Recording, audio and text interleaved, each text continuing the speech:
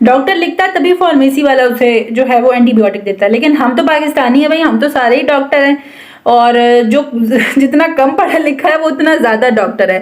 बड़े लोग अक्सर कहते होते थे कि यार एथ्रोसिन की गोली बहुत अच्छी है, वो पिंक कलर का पलता होता था, उसमें पिंक पिंक गोलियां होती थी। तो भाई कोई भी मसला हो ना, ये एथ्रोसिन की गोली खाओ। एथ्रोसिन की गोली क्या थी? एथ्रोसिन की गोली दरअसल एंटीबायोटिक थी, जो 2 गोलियां खाई मेरे गले का दर्द ठीक हो गया।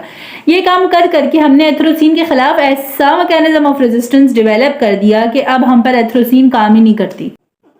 एक टाइम आएगा कि जिस तरह से हमारा पानी खत्म हो रहा है, ऑक्सीजन खत्म हो रही है, हमारे पास एंटीबायोटिक्स भी खत्म हो जाएंगी और हम लोग इन्फेक्शंस में मर जाएंगे, लेकिन हम पर कोई एंटीबायोटिक काम नहीं करेगी। अस्सलाम वालेकुम रहमतुल्लाहि व बरकातुहू। मेरा नाम है दुर्र नायाब और आज मैं बात करने वाली हूँ एक बहुत इंपॉर्टेंट टॉपिक के बारे में, जिसका नाम है एंटीबायोटिक रेजिस्टेंस। अब नाम सुन के आप भाग जाएंगे कि बहुत ही कोई साइंसी गुफ्तगू होने वाली है और ये तो अभी जो है ना पूरा ज्ञान देगी।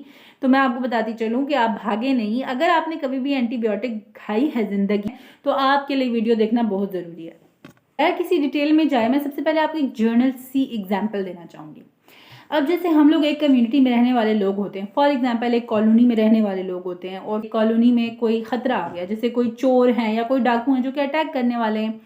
तो हम लोग कॉलोनी के एक दूसरे को बताते हैं कि भाई अपनी एहतियात करें, आप लोग दरवाजे लॉक करके रखें, क्योंकि कुछ दुश्मन आए हुए हैं, कुछ चोर आए हुए हैं, आपके घर में आ सकते हैं, आपको नुकसान पहुंचा सकते हैं। हमारे बॉडी में जो बैक्टीरियाज होते हैं जो इन्फेक्शन कॉज करते हैं, फॉर एग्जाम्पल गला दुखता है हमारा, टॉन्सिलाइटिस हो जाता है, थूकने जब हम निगलते हैं तो गला दुखता है, साथ बुखार हो जाता है, तो हमें पता चल जाता है कि भाई हमें गले का इन्फेक्शन हो गया, थ्रोट इन्फेक्शन हो गया।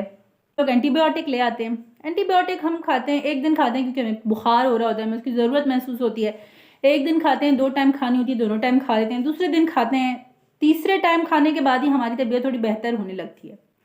फिर हम क्या करते हैं, जो तीसरे दिन की एंटीबायोटिक होती है उसका डोज हम छोड़ देते हैं। हम कहते हैं मैं तो ठीक हो गया हूँ, अब क्या ज़रूरत है फजूल की दवाई खाने की। कि जो हमारे बॉडी के अंदर बैक्टीरिया होता है जिसको हम एंटीबायोटिक से मारना चाहते हैं, हम लोग एंटीबायोटिक के पहले 2 डोज देकर उसको बेहोश कर देते हैं। मिसाल आप ले लें कि किसी इंसान को हम मुक्के मारें और मुक्के मार के हम उसे बेहोश कर दें, लेकिन हमारा मकसद ये था कि हमने उसको ख़त्म करना था। ठीक है जी, हमने क्या किया, बैक्टीरिया को मुक्के मार के हमने उसे बेहोश कर दिया एंटीबायोटिक से। लेकिन फिर जब हमने डोज कंप्लीट नहीं किया तो बैक्टीरिया मरा तो नहीं। जब उसको होश आता है तो वो देखता है कि भाई मैं तो होश में हूँ और ये क्या ऐसी चीज़ दी गई थी जिससे मुझे मारने की कोशिश की थी।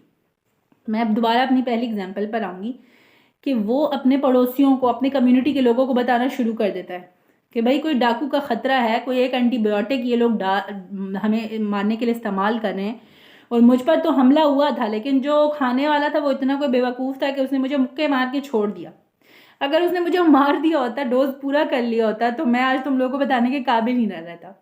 लेकिन वो सबको बताता है कि भाई एहतियाती तदाबीर कर लो, अपनी बॉडी के अंदर जो है ना वो मैकेनिज्म ऑफ रेजिस्टेंस पैदा कर लो, अपने घर के तालों को टाइट कर लो, क्योंकि डाकू आ रहे हैं, मतलब कि एंटीबायोटिक आ रही है ना। बैक्टीरियाज की भी बॉडी होती है, उनके अंदर मैकेनिज्म होता है जिसके थ्रू वो हमारी आने वाली एंटीबायोटिक के खिलाफ जो है वो बचाव करते हैं अपना, और उससे कहते हैं मैकेनिज्म ऑफ रेजिस्टेंस। अब ये जो महान बंदा है जिसने एंटीबायोटिक का डोज पूरा नहीं किया, अगली दफ़ा इसको दोबारा यही इन्फेक्शन होगा, दोबारा वो वही एंटीबायोटिक खाएगा। बैक्टीरिया उसका यूं करके उसको देख रहा होगा कि तू मुझे अब मार के दिखा, मुझे तो पता चल गया तू कौन सी एंटीबायोटिक दे रहा है, और मुझे तो तूने मारा था नहीं, मैं तो बेहोश हो गया था, लेकिन मैं होश में आके ये समझ गया था कि किस तरीके से तू मुझ पर अटैक करता है, तो मैंने अपने अंदर मैकेनिज्म ऑफ रेजिस्टेंस पैदा कर लिया।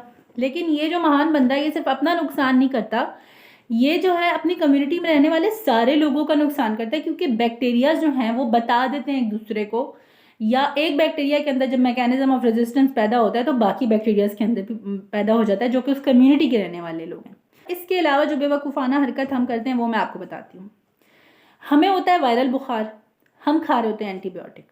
मतलब कि मैं आपको ये मिसाल दे देती हूँ कि हम लोग आग बुझाने के लिए हम छुरी का इस्तेमाल कर रहे हैं, तो ये आपको कैसा लगेगा। मतलब आग बुझाने का और छुरी का कोई ताल्लुक नहीं है, हम लोगों को पानी का इस्तेमाल करना है, मतलब कि वायरस का इलाज करना है, लेकिन हम लोग क्या करते हैं, हम लोग एंटीबायोटिक खा रहे होते हैं।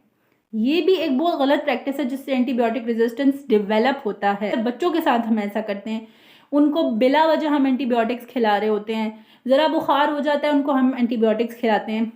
एंटीबायोटिक रेजिस्टेंस से छोटे छोटे जो एंटीबायोटिक के ग्रुप थे वो तो हम ख़त्म कर चुके हैं।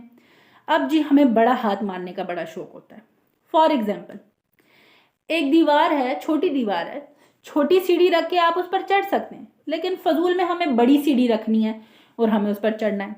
यही मिसाल लेकर मैं आपको बताती हूँ कि इन्फेक्शन हमारा छोटा होता है, तो हम लोगों का गला जो है ना वो एक छोटी सीढ़ी से सही हो सकता है, एक छोटे ग्रुप ऑफ एंटीबायोटिक से सही हो सकता है, लेकिन हमें ना ऊपर छलांग मारनी है। जब आप किसी भी छोटे इन्फेक्शन के लिए एंटीबायोटिक ले लेते हैं ना, जो कि आपको बड़े इन्फेक्शन के लिए लेनी चाहिए, तो क्या होता है कि जब आपको वो दूसरे उस एंटीबायोटिक की ज़रूरत पड़ती है बड़े इन्फेक्शन के लिए, तो वो उस तरीके से काम नहीं करती, क्योंकि आप उससे पहले यूज़ कर चुके हैं। और यूज़ भी तो नहीं करते, हम मिस यूज़ करते हैं। तो आज की वीडियो से क्या सबक मिला कि जब भी एंटीबायोटिक खाएं उसका डोज पूरा करें। सुबह की सुबह के टाइम खाएं, शाम की शाम के टाइम खाएं। अगर 3 दिन का कोर्स है 3 दिन खाएं, अगर 5 दिन का कोर्स है 5 दिन खाएं, अगर 7 दिन का कोर्स है 7 दिन खाएं। अगर आप कंप्लीटली ठीक हो गए हैं फिर भी आप एंटीबायोटिक का जो कोर्स है वो कंप्लीट करें। दूसरा, जब भी एंटीबायोटिक इस्तेमाल करें डॉक्टर के मशवरे से इस्तेमाल करें और सेल्फ मेडिकेशन करने से गुरेज करें। तीसरी इंपॉर्टेंट बात वो ये कि जब आपको छोटे लेवल का इन्फेक्शन है तो आप उसके लिए बड़ी बड़ी लेवल की एंटीबायोटिक ना खाएं। अब आपको कैसे पता चलेगा कौन से छोटे लेवल की एंटीबायोटिक है, कौन से बड़े लेवल की एंटीबायोटिक है? तो इसलिए मैं कह रही थी कि आप खुद से एंटीबायोटिक सिलेक्ट मत करें। आपकी ज़रूरत की एंटीबायोटिक है आप वही इस्तेमाल करें, आप उससे ऊपर लेवल के एंटीबायोटिक पर मत जाएं। वीडियो देखने का बहुत बहुत शुक्रिया। अगर आपको मेरी वीडियो अच्छी लगी है तो इसको लाइक ज़रूर करें और मेरे चैनल को सब्सक्राइब करें। Thank you so much. अल्लाह हाफिज़।